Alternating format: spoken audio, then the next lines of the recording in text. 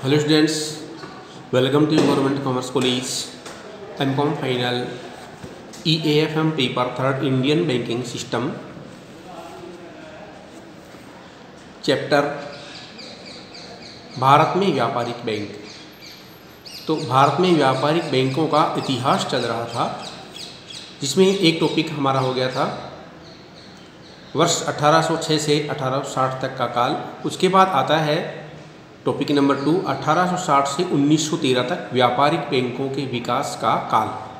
भारत में वर्ष 1860 से वर्ष 1913 तक व्यापारिक बैंकों के विकास का समय क्या रहा? Period of development of commercial bank since 1860 to 1913। देश में 1860 से पूर्व जिन व्यापारिक बैंकों की स्थापना हुई थी वे सभी असीमित दायित्व पर आधारित थे। सन 1860 में भारत सरकार ने एक बैंकिंग संबंधी अधिनियम पारित किया, जिसके अनुसार बैंक की स्थापना सीमित दायित्व के सिद्धांत के अनुसार की जाने लगी, जिसके फलस्वरूप बैंकिंग विकास की गति और अधिक हो गई। इस अवधि में Allahabad bank 1865, alliance bank of Shimla 1881, Punjab national bank 1894, people's bank of India 1901 जैसे महत्वपूर्ण बैंकों की स्थापना हुई। इनमें अधिकांश बैंक यूरोपियन पूंजी एवं व्यवसाय के अंतर्गत स्थापित किए गए थे। भारतीय पूंजी एवं व्यवस्था के अंतर्गत सर्वप्रथम 1881 में अवध कमर्शियल बैंक स्थापित किया गया था। वर्ष 1906 के पश्चात देश में स्वदेशी आंदोलन आरंभ होने के कारण भारतीय बैंकों की स्थापना को स्वतः ही बहुत बड़ा बल मिलने लगा था, जिसके फलस्वरूप बड़ी संख्या में बैंकों की स्थापना प्रारंभ हुई। उत्तर भारत में तो नए बैंकों का एक जाल सा बिछ गया। स्वदेशी आंदोलन के प्रभाव के कारण यूरोपियन पूंजी एवं व्यवस्था के अंतर्गत नियंत्रित बैंकों का बहिष्कार किया जाने लगा। बहिष्कार की प्रवृत्ति के परिणाम स्वरूप भारतीय बैंकों को बहुत प्रोत्साहन मिला तथा इनके व्यवसाय में भी बहुत प्रगति हुई। प्रथम विश्व युद्ध के पूर्व तक देश में अनेक बड़े बड़े व्यापारिक बैंक स्थापित हो चुके थे, जैसे bank of India 1906, Indian bank of Madras 1907, bank of Baroda 1909, central bank of India 1911, bank of Mysore 1913। इन बैंकों में से आज भी अनेक बैंक कार्यरत हैं। इनका भारतीय बैंकिंग व्यवस्था में महत्वपूर्ण स्थान है। बड़े बड़े बैंकों के अतिरिक्त अन्य बैंक, छोटे छोटे बैंक भी स्थापित हुए। इन बैंकों की स्थापना का श्रेय स्वदेशी आंदोलन को ही जाता है। वर्ष 1913 तक ऐसे बैंकों की संख्या जिनकी प्रदत्त पूंजी एवं संचित कोष 5 लाख रुपए से अधिक थे बढ़कर 9 से 18 हो गई थी। इन बैंकों की सम्मिलित रूप से कुल प्रदत्त पूंजी एवं संचित कोष 4 करोड़ रुपए से अधिक थे। कुल जमाएं 22 करोड़ रुपए थी। इस समय तक देश में छोटे छोटे सभी प्रकार के बैंकों की संख्या 560 हो गई थी।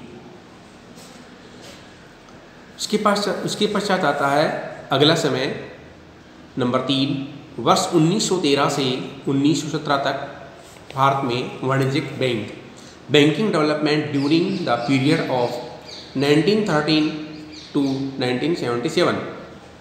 वर्ष 1905 से 1913 की अवधि के मध्य बैंकों की स्थापना किसी सुनियोजित ढंग से न होने के कारण वर्ष 1913 के पश्चात ही भारतीय बैंकों पर संकट के बादल छाने लगे। प्रथम विश्व युद्ध छिड़ जाने के कारण देश में बैंकिंग साख की मांग अधिक बढ़ गई। इसका प्रभाव ब्याजी दरों पर भी पड़ गया। इस स्थिति का लाभ उठाने के दृष्टिकोण से बैंकों ने अपने पास कम से कम नकद कोष रख अधिक से अधिक ऋण देना प्रारंभ कर दिया। युद्धकालीन उत्पन्न अनिश्चितताओं के कारण जमाकर्ताओं का पैसा बैंकों के प्रति विश्वास जमा होने के कारण डगमगाने लगा, अतः उन्होंने बैंकों में जमा धन निकालना प्रारंभ कर दिया।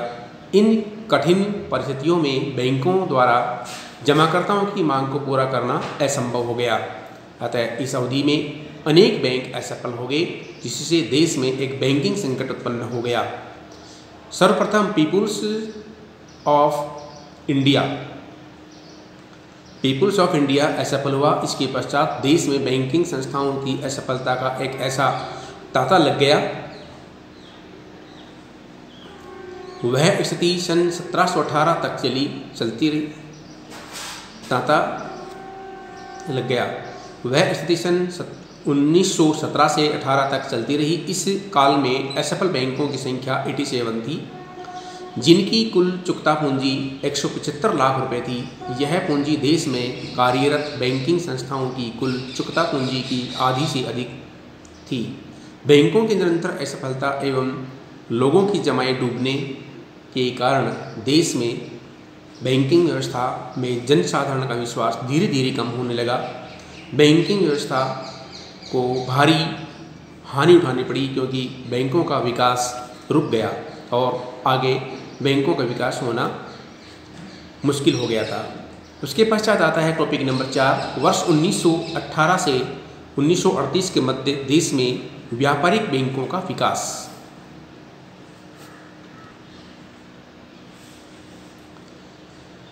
Development of commercial bank during the period of 1918 to 1930।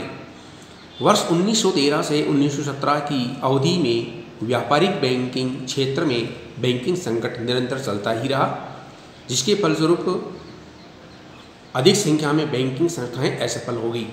असफलता के इस क्रम के पश्चात बैंकों की अवधि में कुछ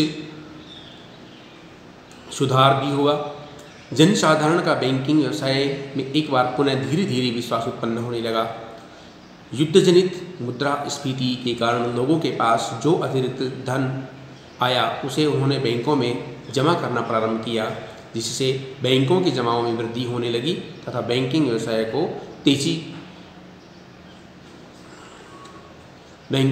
को तेजी का लाभ मिला और बैंकिंग के अंदर विस्तार हुआ। इस अवधि में अनेक नवीन बैंकिंग संस्थाओं की स्थापना हुई। वर्ष 1918 से 1921 की अवधि में कुछ बैंक, औद्योगिक बैंक, इंडस्ट्रियल बैंक देश में स्थापित किए गए, जिनका मुख्य उद्देश्य उद्योगों को वित्तीय सहायता प्रदान करना था। जैसे टाटा इंडस्ट्रियल बैंक इस अवधि में स्थापित किया गया था। सन 1921 में तीनों प्रेसिडेंसी बैंकों का एकीकरण करके इंपीरियल बैंक ऑफ इंडिया का निर्माण किया गया था। वर्ष 1921 के पश्चात देश में मुद्रा संकुचन एवं आर्थिक मंदी के कारण एक बार पुनः बैंकिंग संकट उत्पन्न होने के कारण बैंकिंग संस्थाओं की असफलताओं का क्रम प्रारंभ हो गया। वर्ष 1924 से 1929 की अवधि के मध्य इस स्थिति में कुछ सुधार अवश्य हुआ, किंतु यह सुधार अस्थायी था।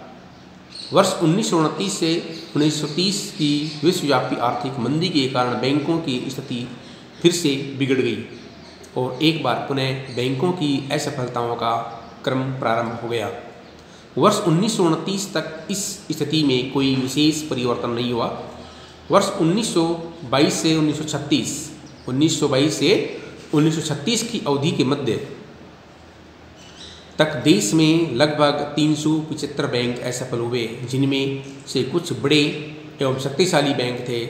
वर्ष 1923 में टाटा इंडस्ट्रियल बैंक के असफल होने पर उसे सेंट्रल बैंक ऑफ इंडिया के साथ एकीकृत कर दिया गया। वर्ष 1936 में केवल ट्रावनकोर में ही करीब 40 बैंक असफल हो गए थे। देश में बैंकों की असफलता का यह क्रम चलता रहा तथा वर्ष 1938 में Travancore national and Milan bank असफल हुआ, जो उस समय दक्षिण भारत का एक महत्वपूर्ण बैंक था। इस बैंक की असफलता का प्रभाव अन्य बैंकिंग संस्थाओं पर भी बहुत बुरा पड़ा था। वर्ष 1931 से 1940 के मध्य सर्वाधिक बैंक 598 में असफल हुए। इसके विपरीत इस अवधि के पूर्व दशक 1921 से 1930 के मध्य यद्यपि व्यवसाय बंद करने वाले बैंकों की संख्या तुलनात्मक रूप से कम थी, लेकिन इन बैंकों की प्रगत पूंजी सबसे अधिक 577 लाख रुपए थी, क्योंकि असफल बैंकों में 12 बैंक ऐसे थे जिनकी प्रत्येक की प्रगत पूंजी 5 लाख रुपए से अधिक हुआ करती थी। बैंक असफलता के इस क्रम का प्रमुख कारण बैंकों की दोषपूर्ण नीति मानी जाती है। अब आता है केंद्रीय बैंकिंग जांच समिति, central banking inquiry committee banking व्यवसाय की जांच एवं उसमें तदनुसार सुधार के लिए उचित सुझाव देने के उद्देश्य से तत्कालीन सरकार ने वर्ष 1930 में केंद्रीय बैंकिंग जांच समिति की नियुक्ति की। समिति ने देश में बैंकिंग विस्तार के संबंध में कुछ सुझाव दिए, जैसे नंबर 1 है देश में नियंत्रित एवं सुसंगठित बैंकिंग विकास के लक्ष्य को ध्यान में रखते हुए एक केंद्रीय बैंक की स्थापना का किया जाना। नंबर 2 एक व्यापक बैंकिंग अधिनियम पारित किया जाना। तो इस दोनों सुझावों के आधार पर रिजर्व बैंक की स्थापना भी की गई थी। केंद्रीय बैंक जांच समिति के सुझावों के अनुसार वर्ष 1933 में reserve bank of India act या रिजर्व बैंक ऑफ इंडिया अधिनियम 1934 पारित कर दिया गया। देश में केंद्रीय बैंक के रूप में रिजर्व बैंक ऑफ इंडिया स्थापित किया गया। इस बैंक ने 1 अप्रैल 1935 से अपना कार्य प्रारंभ भी कर दिया था।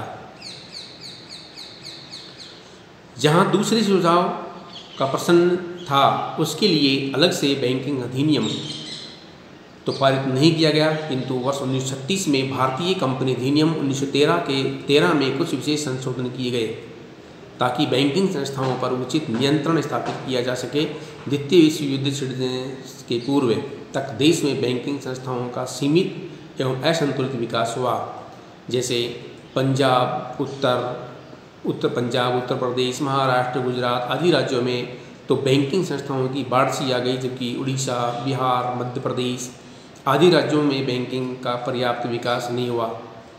शाखाओं का विस्तार केवल बड़े बड़े नगरों तक ही सीमित रहा। छोटे कस्बों एवं ग्रामीण क्षेत्रों में सुविधाओं से वंचित रहना पड़ा।